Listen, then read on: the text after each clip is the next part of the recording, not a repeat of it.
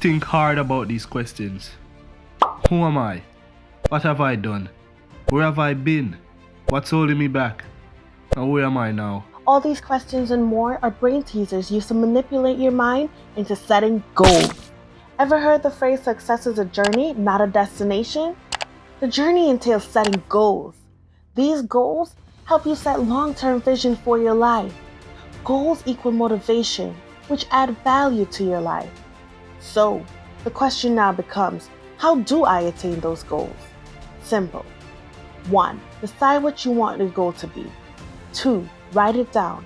Break your goals up into a checklist, entailing all the steps and/or obstacles needed to get there. 3. With this checklist, have timestamps. That'll help you become more organized and achieve your goal in a timely manner. 4. This is important now. Take action. 5. Remember when I spoke about obstacles? Prepare for them. Nothing comes easy in life. And we save the best for last. Celebrate. Celebrate your success, achieving your goals, and never giving up, even when life tried to throw you down. Never forget, in all things you do, consider the end.